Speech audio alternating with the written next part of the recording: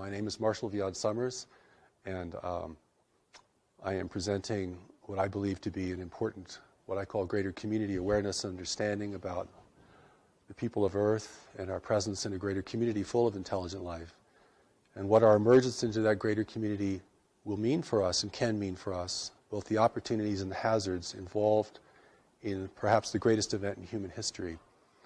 And my background really is more as a minister. I left my work as a special ed teacher for the blind about almost 40 years ago, began to teach interguidance, had a personal revelation in 1982 which confronted me with the voice that had been counseling me both in my interguidance work and as a special educator.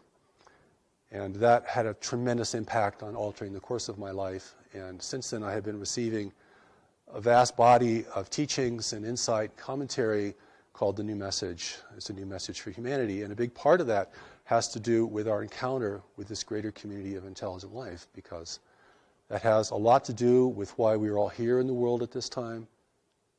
But we as terrestrial dwellers do not yet have the wisdom, or nor the perspective, nor the insight enough yet to be able to comprehend this greater community sufficiently so that we as the native peoples of the world do not make the kind of critical errors that the native peoples in the past have made regarding their first contacts with explorers from beyond.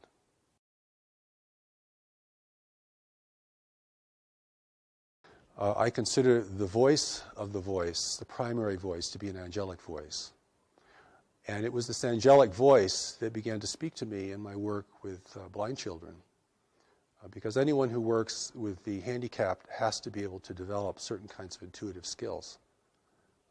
You can't go by the book if you're really going to teach young people how to be independent livers or live independently. And so this voice grew in scope and power for me to such a point that it began to give me curricula to teach. And I taught that curriculum and I also studied it. I also made myself the first student of my work always. And this built up to such a point that I had an epiphany of my own, because certainly that voice isn't here simply to make you feel comfortable or to make you happy, but to ask you to do something significant and to engage you in serving the world beyond what you had considered to be possible or even preferable before. So this voice experience has grown into a major aspect of my life and certainly the source of my work. And it was this voice that asked me to receive the Allies of Humanity briefings from a group of observers, off-planet observers, who were witnessing the extraterrestrial intervention in our world and wanted to provide us wisdom about that intervention to equip us and forearm us and forewarn us of what that could mean for us. We have a real disadvantage in encountering this greater community, and so the Allies of Humanity briefings are here to impart greater community knowledge and wisdom to us so that we may have this contact experience from a position of power and authority and responsibility. But the angelic voice is the voice of the new message. It's the voice that has presented all of my writings, all of my recordings, and now is beginning to reach people in other countries and around the world. So it has been quite an inexplicable journey. So whenever anyone asks me about my life and how did you come into this, I'm always bewildered at how I'm going to answer such a thing. And I think you understand this, because anyone who is connected beneath the surface of the mind, what you could call the higher self or the deeper self, begins to live a much more inexplicable life. And I know many of your readers and viewers understand this and experience this, as do the people who are gathered here today. The Allies of Humanity briefings are briefings from an extraterrestrial source. It's an authentic off-planet communication that I was asked to receive. And I should mention that when I was asked to receive this, I was very resistant to it. I just did not want to get involved in this arena called the extraterrestrial presence in the world. But before, in 1996, I was preparing Greater Community Spirituality, which is a very core book to the New Message teachings. And of course, it deals a great deal with the greater community understanding God at the level of the greater community, understanding our association, our individual association with the universe full of intelligent life, what wisdom means there, the things that we do not yet understand in order to function there responsibly and effectively. And it was this voice that asked me to receive an off-planet source called the Allies of Humanity. And I finally relented because after a while, freedom is no choice in that sense. And that began the briefings, the transmission of the briefings. The first set of briefings happened in 2 stages over the course of 1 year, and the second set of briefings all happened within about just a few days. And the third set of briefings, which has not yet been published, most of it was received in 1 day, and then last February I received the final chapter to it. And there's a story behind the Allies which is pretty interesting because they're really operating as spies here in service to us because they represent free nations in our region of space. And freedom is rare in the universe, and particularly in our region of space.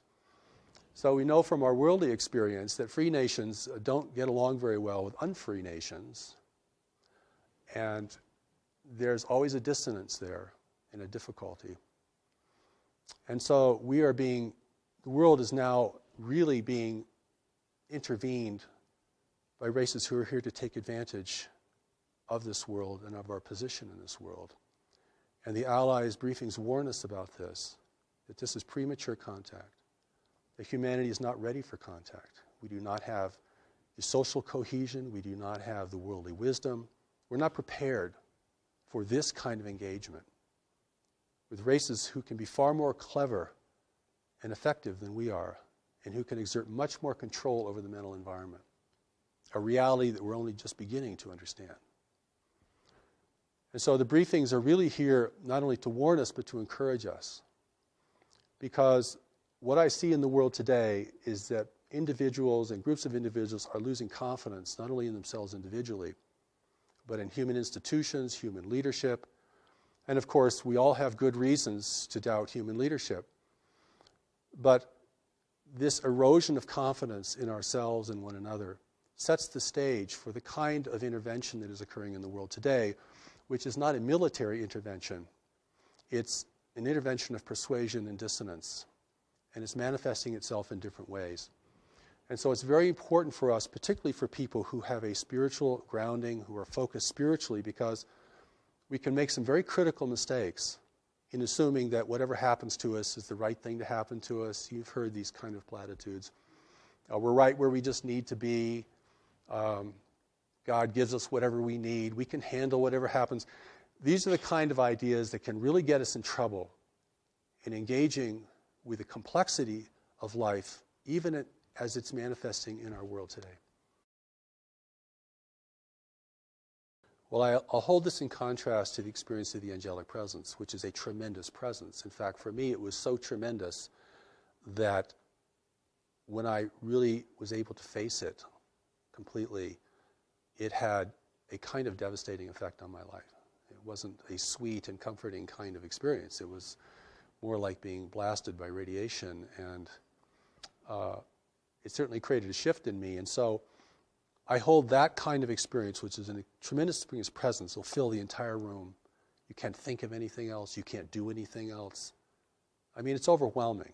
And if you have not learned to recognize what it is, you might think it is a terrible thing that's happening to you. You might be terrified of it. So I've had a long runway in preparing to receive this kind of presence and to receive its communication.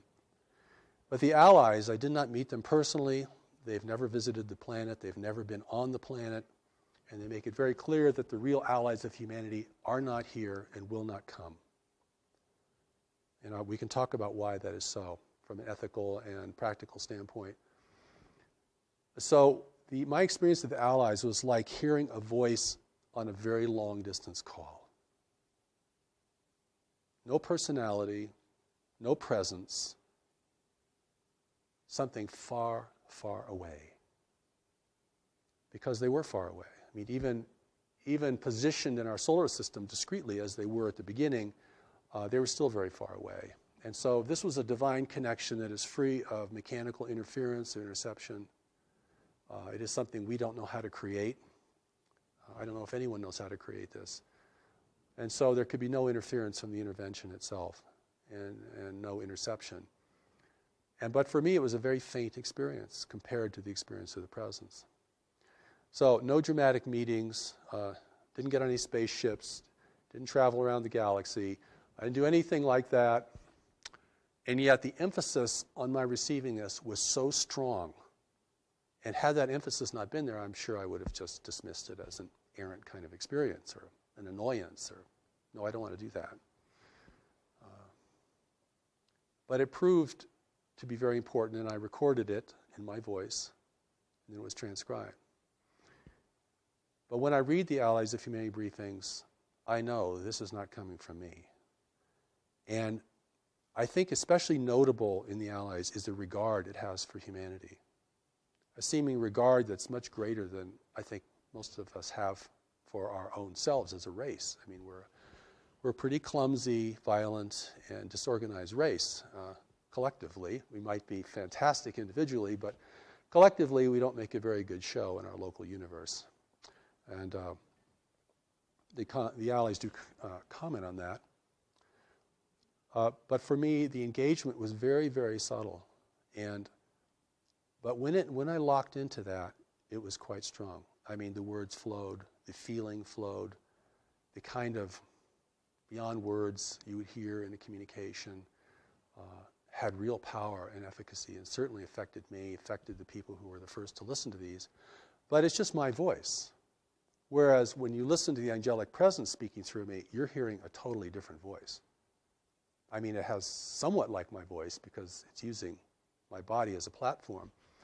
But that's clearly not me. In fact, we listened to one of the recordings this morning in our conference, which we call the encampment. And I listened to that voice and I thought, I wish I could talk like that. I really do, and I mean that. I've tried and I can't do it.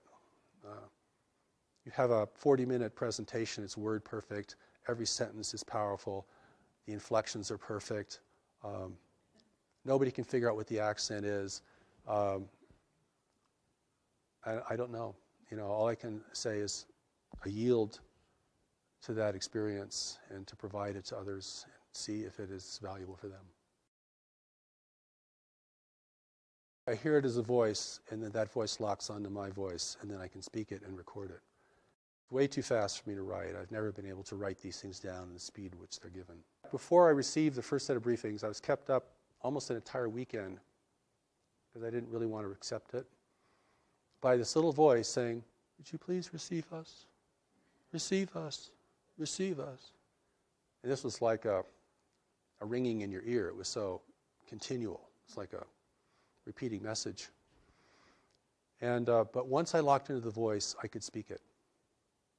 And my inexplicable training has enabled me to do that.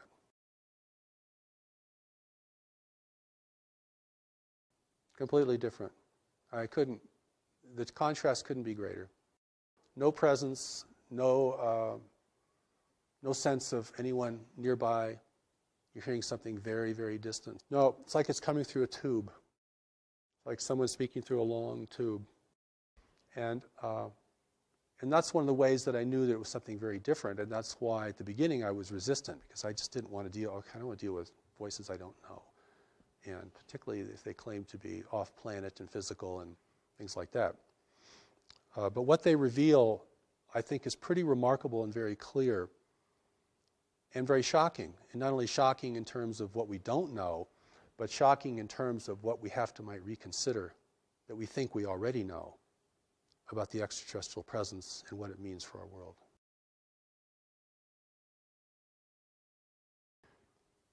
First, they want us to know that there are free races actually out in the universe. And that the universe is governed by nature and no one has been able to overcome nature.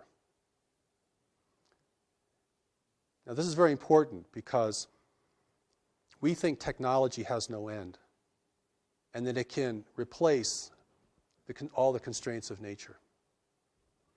And they make it very clear that the more advanced a race is technologically, the greater its need for resources.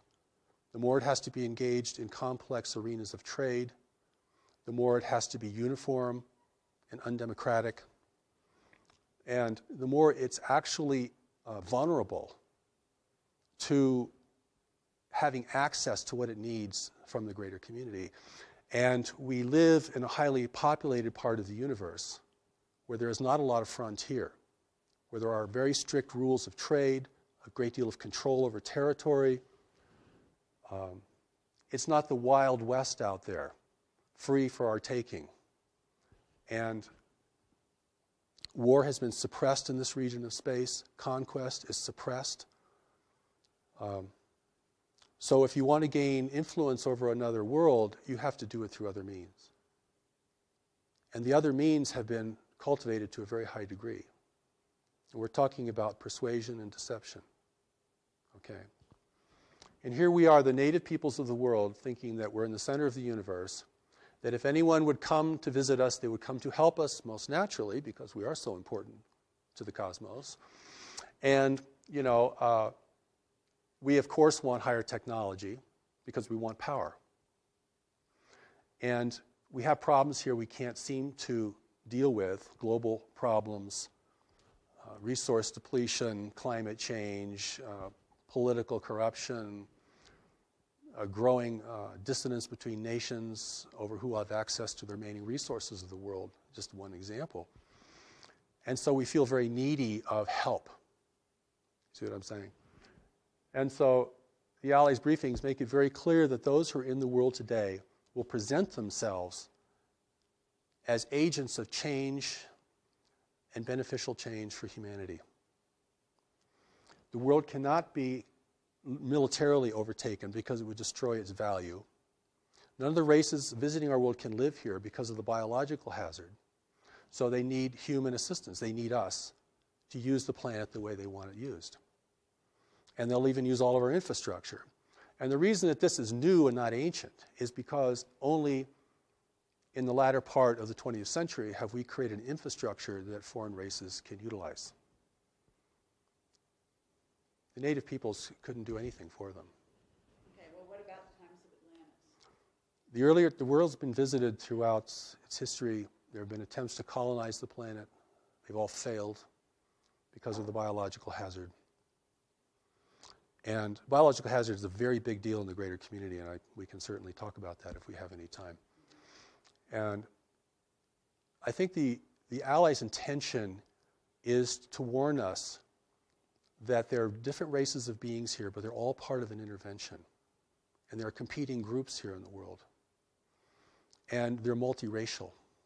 So we may see them in different forms, and they can certainly project forms. I don't mean that mysteriously, I mean that technologically. I mean, they can project images holographically into our environment. And they will use our aspirations, our greed, our corruption, our uncertainty, and our insecurity to build their importance. And certainly, even at this point, they have enough human representatives and apologists in the world that will promote their importance and the idea that humanity cannot make it on its own, that our leaders are incorrigible, that our institutions are too flawed to be redeemed, and that we must have their health and their brilliance and even their spiritual enlightenment in order to redeem ourselves and to take care of our world in the way that we might aspire to. Now, what we don't understand is what constrains the intervention. People say, well, if they want the place, they should just come take it. I mean, if they're not taken by force, it means they're probably not violent, or they're probably not here to harm us in any way. But see, there's so many missing pieces to this puzzle that we can't add, that I think the briefings attempt to add in the most clearest and lucid manner possible. I mean, your 10-year-old could read The Allies of Humanity and get it. Okay, so it doesn't require a highly sophisticated notion of dimensions or dimensionality or spiritual dimension or political astuteness in order to read the Allies briefings and realize what they're telling you. Is they're telling you you're facing a subtle invasion that is not here to destroy you, but to utilize you, and will use your strengths and your witnesses and your adaptability to this world, which they do not possess, in order to establish their own agenda here. All they can do that is through genetic manipulation. But even genetic manipulation is a very time-consuming and difficult task. And that's why the intervention has taken a very slow pathway. It just happens to be the most effective way to ingrain yourself in the consciousness, in the biological reality.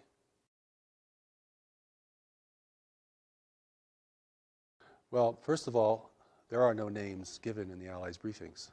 They do not describe where they're from because they want to protect their free worlds. They also do not describe in names the races who are here because it would be meaningless to us, or it could certainly generate a lot of fantasy and speculation.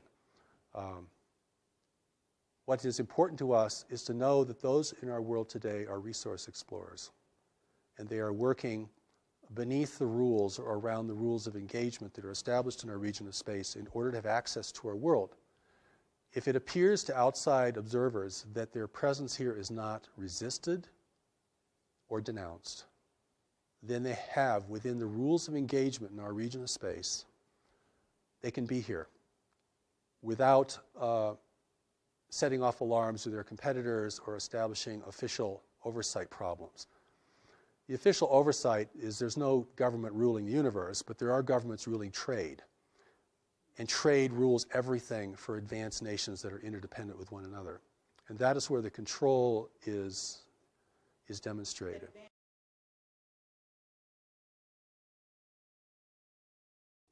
Whenever I talk about this, I have to kind of paint a picture in the background because the picture is very different than what most people think today.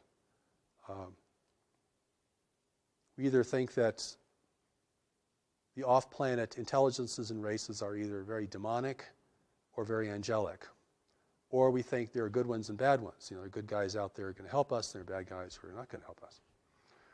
The briefings themselves kind of set the record straight that in order to create an unambiguous situation on Earth, those potential groups who were visiting at earlier times are not here because we don't have the ability to discern, we don't have the subtlety or the insight to discern friend from foe.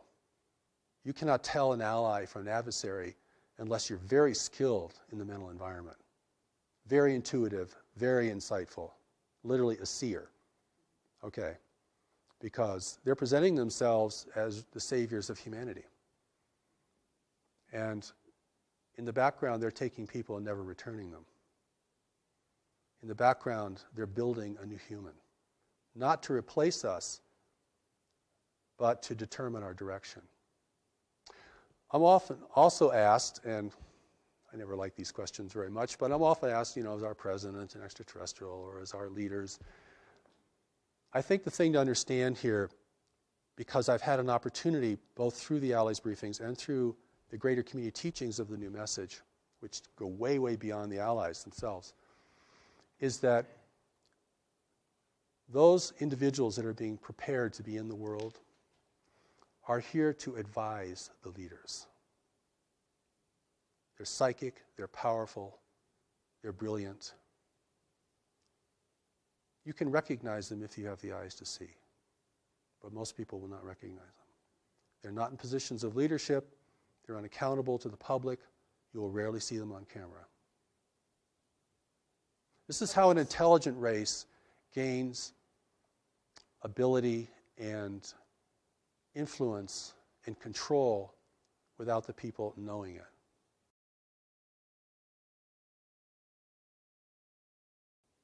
Large nations, if they become involved in networks of trade, have great influence over each other. And it's a very competitive environment. The universe, our universe that we're going to have to deal with, isn't a big frontier with a bunch of uninhabited Earths out there that we can go migrate to when we've just completely used up this one. And this reality is a very competitive reality. And so the skill in mental environment, the skill in persuasion, the skill of seers, the skill of things that we might hold to be very spiritual, but now have been used or are used in a very mundane and even invasive way, are used a great deal. I mean, once the rules are established, everyone figures out a way to get around them, or to skirt them, or to operate within them effectively. And of course, we're like the young child that goes into the big city. No, we don't know anything about the social reality, the political reality of that metropolis. And it's our naivete and our innocence that makes us probably endearing. I think you get this sense of endearment when you read the Alley's briefs. They think we're very sweet, actually. But they also indicate that you know some things we don't know that could destroy us. And not having any idea of what the reality is beyond our solar system is a tremendous disadvantage. So those forces in the world today are not, operating in a military sense, but they're infusing themselves into the hierarchies of religion, government, and probably even more specifically or more greatly in commerce. This is the complexity that gets really difficult because different nations have been contacted by different groups. And certainly I'll say a few things that might shed some light on this. One is, if you want to gain ascendancy in a world and have your presence be the most trusted presence, then you have to weaken the strongest nations. And one of the ways you weaken a strong nation is by engaging it in intractable conflicts. And then begin to erode the confidence of its people in that nation. This is very much about persuasion and acceptance, okay? I make this emphasis about war because our whole orientation to space is war. Star Trek, Star Wars, War of the Worlds. This is where we're coming from as a people. We think the universe is just another big battleground between empires and freedom fighters and all this kind of stuff, which is a total projection of, our reality here on Earth. But the truth is, we're facing a non-human universe. And that alone is enough to give people chills. We're facing a universe that does not value human values. But we're also facing a universe that, like every other creature, requires resources to live, has to deal with competition, has to deal with provision, has to coexist with others. So our emergence into the greater community is an emergence into a much more sophisticated and complex environment. And we're going to emerge into this greater community because we can't stop. It's happening, not because we're going out and finding out what's out there, but because what's out there is coming here. Not all of what's out there, but some of it. The briefings also indicate that there are very few worlds in the universe who know of our existence. Because those who do know keep it a secret. Fewer competitors. It's in this is the Alley's briefings talk about this, as well as the New Message Greater Community teachings, is that we're following a very normal path of self-destruction, that most races that become technologically endowed begin to outstrip their world's resources and are usually engaged in the greater community not because of their explorations, but because the greater community arrives, offering gifts with its secret plans. And that's how that is the inducement. The inducement is not just to be a conquered people, because we'd resist. And if we resist, they couldn't function here, and they destroy the value of this world. But if we can submit, and if our desires and our ambitions can be enticed, then that's the best weapon there is to make the enemy drop their weapons and join you according to the engagement that you present.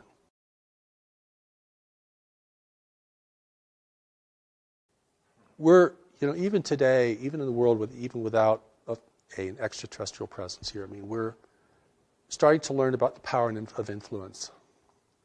This is not, in most places in the world, this is not gunboat diplomacy anymore. This is about dependence.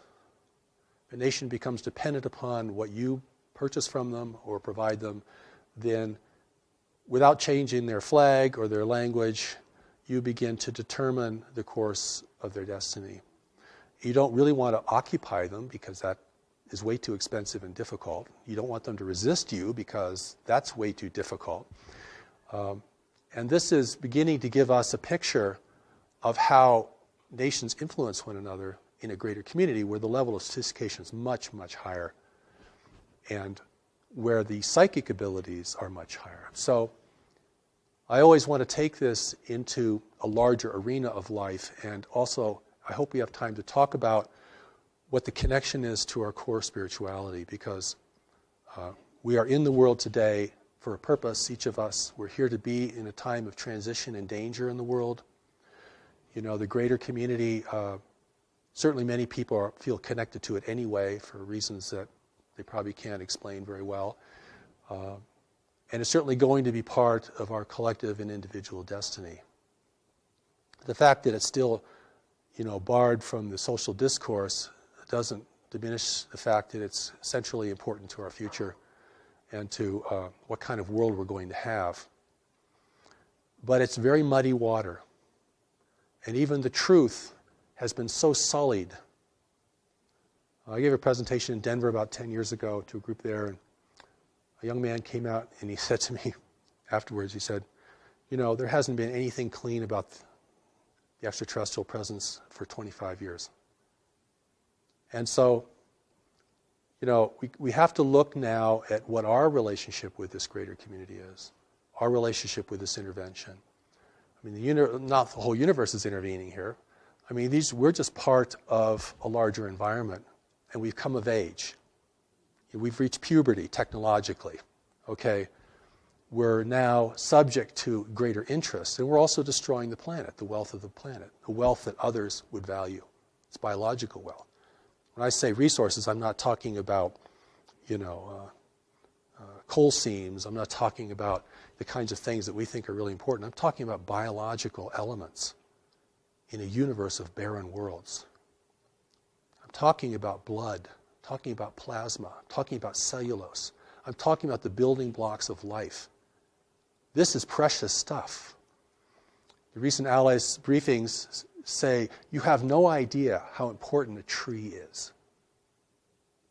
So it's really important for us to begin to get a more greater community perspective, if that's possible, than simply projecting all of our values out onto space, which will never really inform us of what we're dealing with. And that's what I think the Allies briefings, the greater community teachings of the new message, give us an opportunity to step out of this and to see the universe in a more prosaic manner, not a multi-dimensional, not in a way that, is extremely subtle, but in a way that's manifest, because we have to deal with the manifest reality before we can deal with the subtle reality. If we're running out of money, or if we've got a tumor in our side, right? Or if we just lost our house, that's a lot more important than our meditation practice for that day. And so it's the manifest reality we have to begin to get a handle on.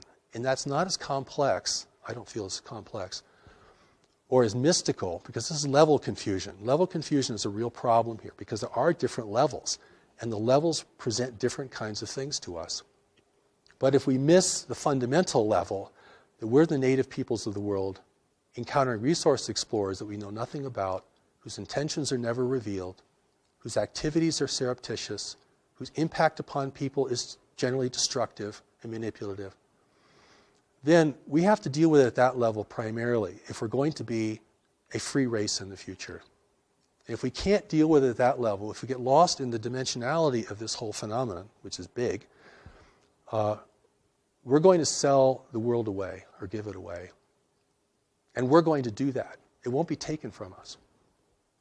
That's the difference. You see, this is where human responsibility or ability to respond becomes critical.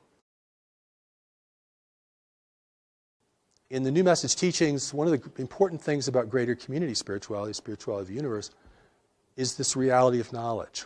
Because, and I'm going to use this word in a different way. I'm not talking about information or book learning or what we learn in high school or the university. I'm going to talk about knowledge as a deeper mind. We can call it higher self, Christ self, Buddha self, whatever. This mind operates beneath the surface of our worldly mind, our intellect, which is pretty much totally conditioned. I mean, you're never going to totally recondition your personal mind. I mean, it is thinking how culture thinks. It is thinking according to our biological and social realities. It can think better, and it can be valuable, but it is very, very ingrained. And I want to take knowledge out of the religious realm, if I can, or the high spiritual realm, because there's so many things associated with it, and bring it down into a kind of a consciousness baseline. This is the well of what you know and can know, and your ability to know. This is the part of you that's still connected to God. It's not the part of you that's living a soul journeying through manifest reality. This is the part of you that didn't leave, that isn't journeying through manifest reality, or it's going with you, but it's not on that journey. This is the only part of us that cannot be manipulated by any worldly, extraterrestrial, interdimensional, anything. And this is important because this is the source of our strength and our integrity and our ability to see. If that does not become the emphasis of an evolving humanity, then we will be seduced en masse. And we'll be seduced in a way we never thought we'd be seduced. And how we'll be seduced is being offered what we want, which is the most deceptive form of seduction there is. Beauty, wealth, and power is part of that, certainly. And we're very primed for it. I mean, as the world becomes more disorderly, as resource depletion continues, as nations become more fractious with one another, and we're entirely able to make our own war, by the way. We don't need any help from beyond to do that. We're very good at that. We've been doing that for a long time, and nobody has to teach us anything about that. But the wars that we become engaged with, particularly in larger powers, do have a purpose for the intervention. If the only nations that could really rally the world are weakened sufficiently through intractable conflicts, and if the two or three strongest nations of the world are repitched in opposition to each other, or that's fortified, there will never be a consensus here. And that doesn't take as much intervention as you might think. Because everything that happens that we do is a result of our decision making. And what influences our decision making is what informs our decisions. And this is where the power of knowledge becomes centrally important. And this is where our spirituality isn't just a wondrous place to be, or a place to escape into, or a coping mechanism for dealing with a harsh and incomprehensible world, but becomes the traction for really being powerful here. And insightful, and beyond persuasion. And this is the part of us, amongst other things we have to develop, that's very core to our success, in my view. The Allies briefings talk about this. The power of knowledge is the greatest power in the universe, and the intervention's not using it, or they wouldn't be here. At that level, you can see this clearly. This is not a mystery. I've gone to conferences that said, this is not a mystery. And everyone's like, what? Because keeping it a mystery is part of the deception. We're going to keep this so inexplicable, and we'll never get it, and it's magnificent. It keeps the adventure going. Like, this is an adventure in consciousness, to study these things. That's one line of thought.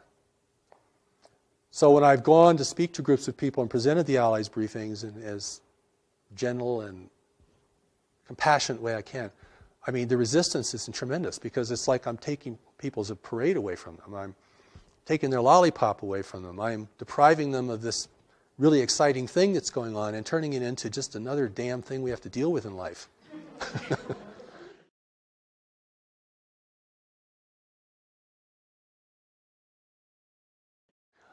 I'd like to talk a little about God, because God is a part of this. And we are spiritual beings with a spiritual origin and spiritual destiny. And I think our spirituality is actually one of the core strengths of humanity in a universe of highly technological and secular worlds, which predominate in our region of space.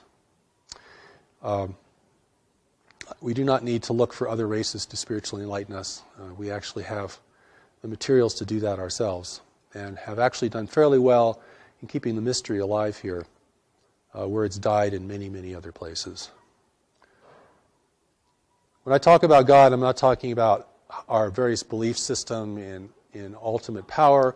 And of course, whenever the word God is mentioned, people run into all their dissonance about religion and all issues about religion and organized religion and so forth, except to say that the thing that is going to enable humanity to enter into this greater community as a free and self-determined race is going to have a lot to do with our spirituality.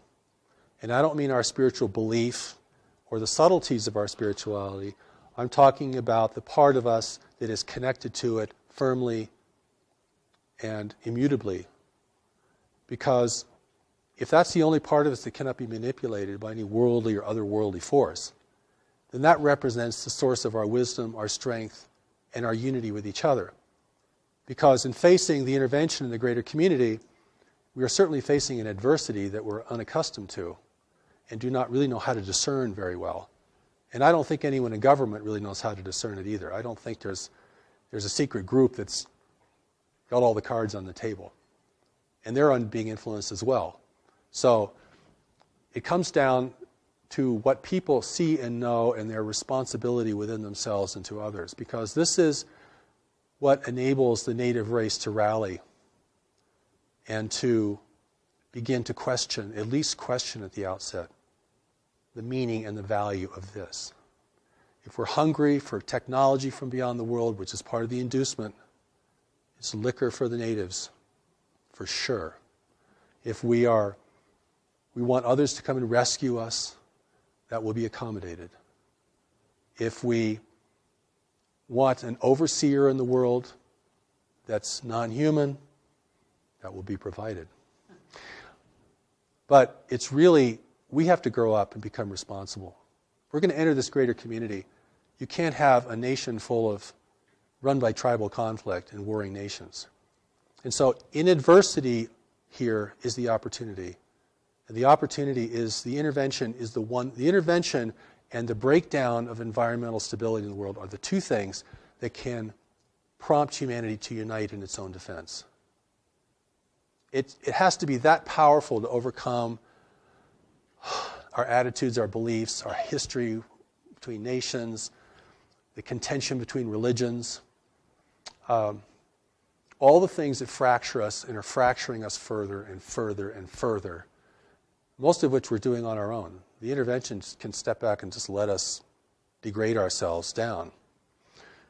They'll help us do that in certain ways. But I mean, we're doing a pretty good job, even if we didn't get any assistance. The opportunity here is really that humanity has to unite to be in the greater community. There are three requirements for freedom in the universe: self-sufficiency, unity, and discretion. Now, we're clearly losing our self-sufficiency at an alarming rate. And we're spending tomorrow's inheritance like there was no inheritance. We're selling our children out, frankly. We're going to use up everything as fast as possible, always thinking that the well will never go dry. And the world is going to reshape itself to assist us in that as we degrade the planet and change its natural balances, which have enabled the rise of human civilization. Those balances, if they become imbalances, can reverse that process. We have to become united, not that we're all clones of each other or we all live under one flag, but the cooperation is, united we survive the greater community, divided we fall to it, eventually. And the third is discretion. We're broadcasting out into space our wars, our foolishness, our comedies, our tragedies, everything. Discrete observer may never understand our nature, but they can certainly understand our tendencies and behavior. That will have to stop. Free nations do not broadcast, except to each other in ways that are very safely encoded. The price of freedom in the universe is unity, self-sufficiency, and discretion. If we require other nations to provide our core resources here, human freedom will be lost. I don't care what your political persuasion is, what country you come from, what your religious belief is, what inner voices you listen to. That's the name of the game. I mean, I've spoken to conspiracy groups before, and human unity is just a big flag. It's the red flag. When I talk about unity, I'm talking about responsible management of the planet and cessation of human conflict. Not just purely for moral or ethical reasons, but for really practical reasons. I mean, we're going to have to protect the arable land of the world. We're going to have to protect fresh water and renew fresh water. We're going to have to do all this stuff, or we are not going to have a future, or not a desirable one, certainly. And that is part of the reason the intervention's here. The other part of the reason the intervention's here is we're at the threshold of becoming technologically powerful enough to discern it effectively and to communicate out into space that we don't want anyone messing with us. Stay away, please. We're not ready. We'll let you know when we're ready. That's why the real allies of humanity, or races that could become the allies of humanity, are not interfering in the world today because it's highly unethical for them to do that. Even if they wanted to help us grow and become peaceful and peace-loving, they would have to control us to do that. Or they would just send their wisdom, like in the Allies briefing. They just send their wisdom. They're not sending, advisors down here to encourage us, persuade us. See what I'm saying? There's a big difference between sharing wisdom with somebody and beginning to control their life, or trying to control the life or the outcome. I don't consider the intervention to be evil. I think it's just self-interest in the universe. And we have things they need, and they really need them. So there's a lot of myths here that have to be blown up about self-sufficiency and free energy, which is a total myth, by the way, in my view. I mean, there's no free lunch in the universe. And even if you could harness free energy, like harnessing the power of the sun, you're going to have to create some pretty powerful technology to do it on a big scale. So you still need resources. Right. So even if the energy is free, in order to capture it and use it, you still need huge infrastructure, lots of resources, all these kinds of things. So it's not really free. See what I mean? It's not really free. But I want to go back to God, because whether people believe in God, it's important that they know that there's a part of them that cannot be corrupted and has never been corrupted, and that there's a way that that part of them can speak to them and advise them. And this is, you can call it your ground of being, your gut feeling, whatever you might call it within a religious or a general vernacular. There's a part of us that has to advise us. Or you could say to the intervention, can't you just see this for what it is? 50 years of UFO research, can't see it for what it is. Why is that? 50 years of UFO research cannot see this. Oh, we know we're being visited, sure. We knew that 50 years ago.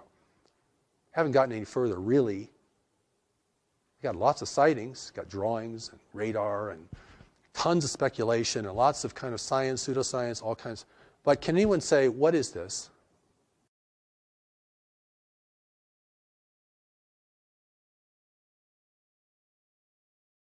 In the way that my understanding has evolved and what's been presented to me over these many years is that don't usually use the word soul very much. I describe it more as there's a part of us that's still connected to God, that's very wise and looks on everything with much greater discernment and depth. There's a part of us that is disconnected from God, and we live in the part most of the time that is disconnected. And that's almost the price of being in the world. Because if you really had full God awareness, you either wouldn't want to be here. It's way too dissonant. Or you'd have to be here on a major mission, and you garner a lot of resistance. And that, in that sense, that's enough. If you know that a part of you is wise and a part of you is not wise. and you can distinguish that on an increasing basis in your own experience, then whatever your religious affiliation or belief or ideology might be, you can relate to this. I mean, people know what I'm talking about. You know, when I've gone to foreign countries and talked about the intervention, oh, they know, no problem getting that. Hey, we've been intervened with for centuries. We're being manipulated right now. I mean, there's no pretense of freedom and democracy and, you know, nobody can affect us because, you know, we're God's chosen race. And people know exactly what you're talking about. I mean, it's just from a different source. Oh, okay. Yeah, I can get that. And so it's this ability to see, recognize, and know things that's going to be very key. And it's, you know, it's under the radar of the intellectual conversation. And in my view, it ends up in the final hour being the most important thing. Because we're never going to fully understand the intervention, how it works. We might finally figure out its impact on our governments and the way they behave, which I think a lot is being done there. I think on our end of the spectrum, we're putting a lot of things together. Because that's the part of us that's going to capitulate first. You know, and I want to say one more thing about that, if we have time. One of the arguments for intervention is that intervention threatens our economic interests. And therefore, our economic interests, you want to thwart intervention. But it's really the opposite. Our economic interests would be the first to be persuaded. If you can give power no one else has, one little piece of technology, which may be a trinket in the universe, if that gives you supremacy in your world, your business world, your life, oh boy, that's unbridled greed right there.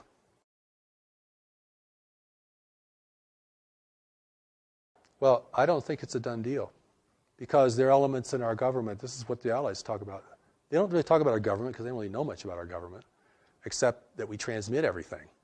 Even the government transmissions can be, somebody could sit out there and read just our entire script, you know what I'm saying? There are factions within our government that are aware of the intervention, support it, and there are factions that resist it. So this becomes very complex. I mean, when we talk about they've all been bought off, no. Has the government's all been bought off? No. The situation is much more fluid than that. Okay. Or it is a done deal. And we're just, you know, underlings that are just going to complain and revolt and, you know, make a lot of noise and nothing's going to happen. The situation, the outcome has not been determined. And this is very important. Otherwise, you're really going to disempower people.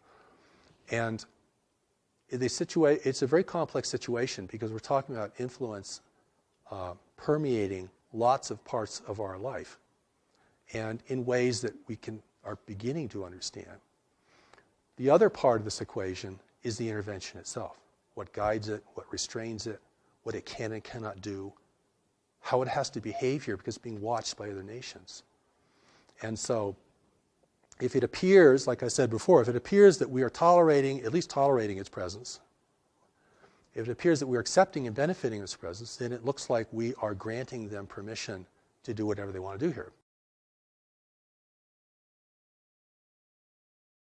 I mean, if there's appearance of resistance here, opposition and resistance, that's powerful. Even if it comes from, you know, the public. See what I'm saying?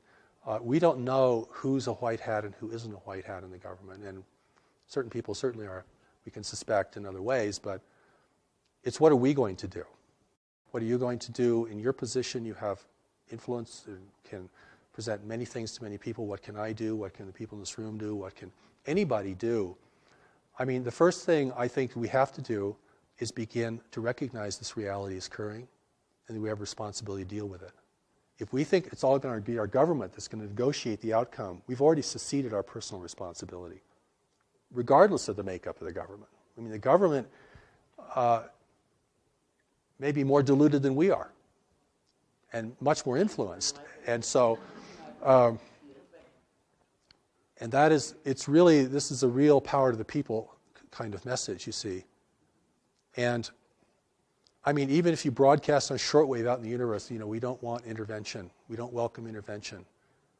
You know, anything, any demonstration of resistance. You know, I've been invited to speak at conferences, and I'll go to these conferences. I'm the only person who questions the extraterrestrial motivation. Everyone else is completely sold on it. It's groovy, at least some of them are good. And we're going to get into this because this is really exciting, and boy, we're going to get so much good stuff from these people. But we know as human beings that if you want something from someone, you can never discern them. You want something from the intervention? You've already given your power away.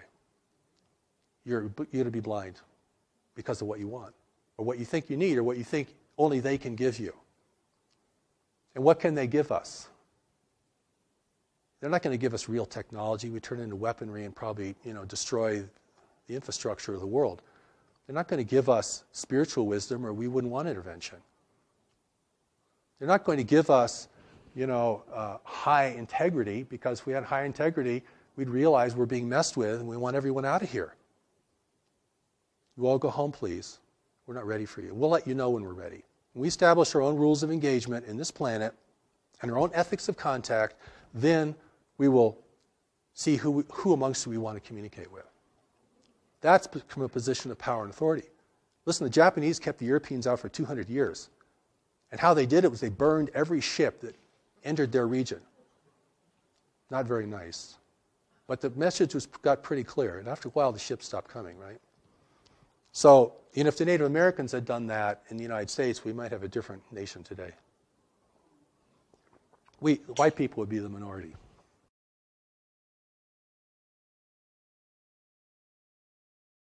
I would say that we can be ready, and we're not quite ready.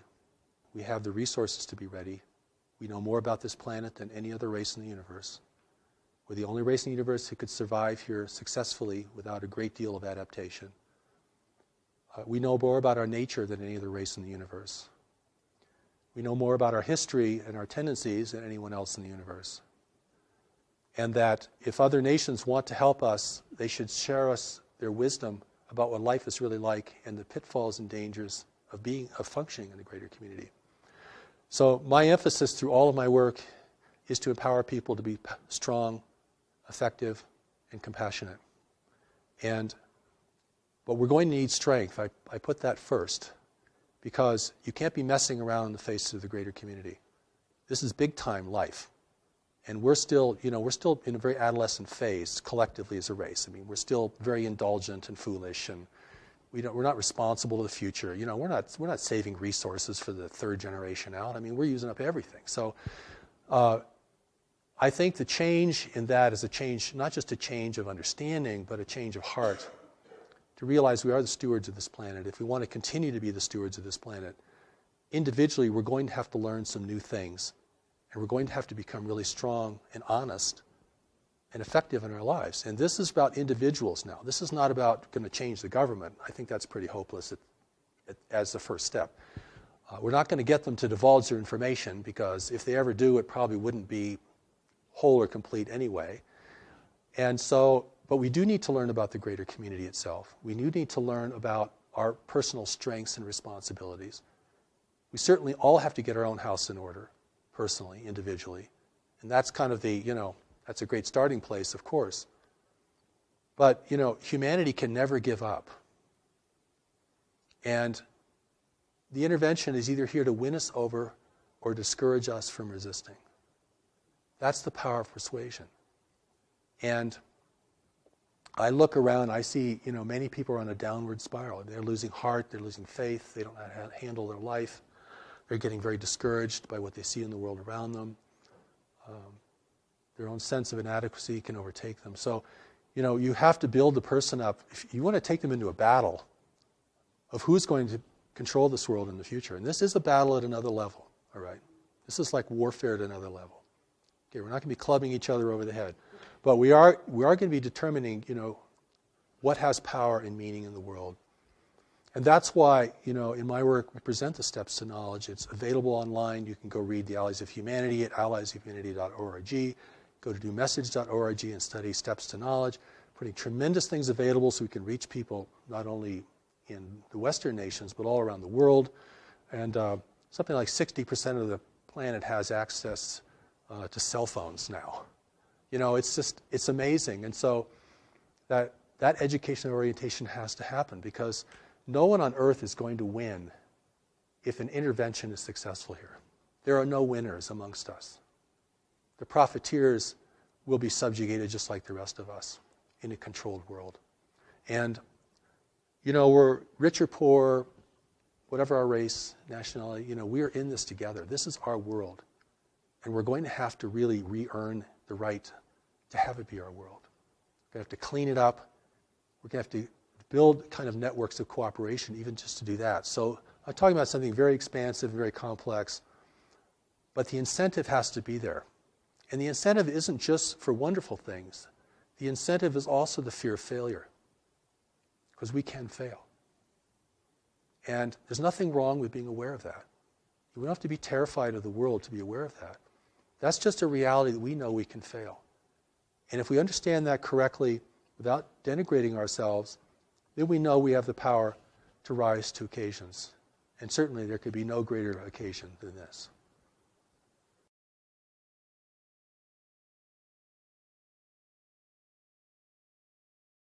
The Allies of Humanity briefings are at alliesofhumanity.org. We're a nonprofit organization. And the first Allies set of briefings is up there for everyone to read. It's also available in ebook now. And the second Allies briefing is in print. The third Allies briefing we hope to publish next year. One of the seminal works on the greater community for us is called Life in the Universe, which we plan to publish next year through New Knowledge Library. And we'll send out announcements and so forth. Our main website is newmessage.org, and there you can receive much of the New Message teaching is available online, both in audio, the original voice of Revelation, what people can hear. That's the voice that spoke to me, that was recorded, and you can hear that. As well as, we made a tremendous amount of things available to people, as well as elements for study and application, greater community education, all these kinds of things. We really want people to have access to this, and we welcome your participation. There is the Declaration of Human Sovereignty, which is a document modeled after the Declaration of Independence. It's kind of a statement indicating to the universe our will as the people of Earth, our rights. We establish our rights.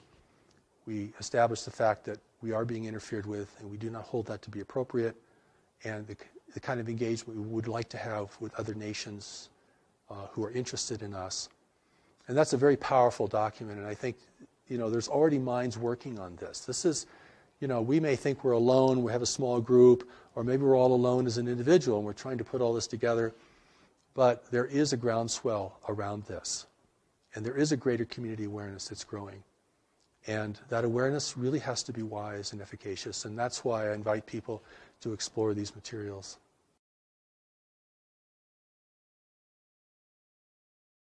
I'll deal with the prosaic first, and the things that we can all touch upon is the fact that food, water, and energy are declining resources in the world, and will be increasingly so. And those things, which seem the most ordinary kinds of things, may in the end prove the most difficult for us. Certainly, earthquake activity is increasing. Volcanic activity seems to be increasing, from my understanding.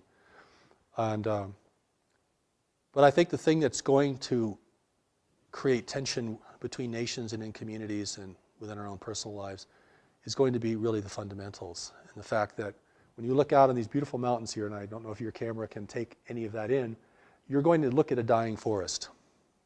That's a dying forest out there, beginning to die. That's because the planetary climate has changed only 1 degree Fahrenheit. That is enough to unleash forces that I'm not sure anyone could foresee. Maybe people did foresee that in the western United States alone, we've lost 40 million acres of trees from a very slight variation in our climate alone. That and the availability of water, clean water, the growing aridity of the world, particularly in highly populated areas such as Africa, the Sahel, the Middle East, Southeast Asia is having a critical water problem. These are earth changes that these are big things. This is a 4-alarm fire, actually. The other background things of increasing volcanic or seismic activity is going to have its impact as well. And I know there are other people who feel there are celestial forces that are increasing the frequency or the pitch of this, and I do not want to comment on that. I don't feel I really know enough about that to comment on that respectfully. But clearly, the pitch of the world, the intensity of things is escalating. And even if you come to a beautiful place like in the Rocky Mountains here, you can feel that escalation.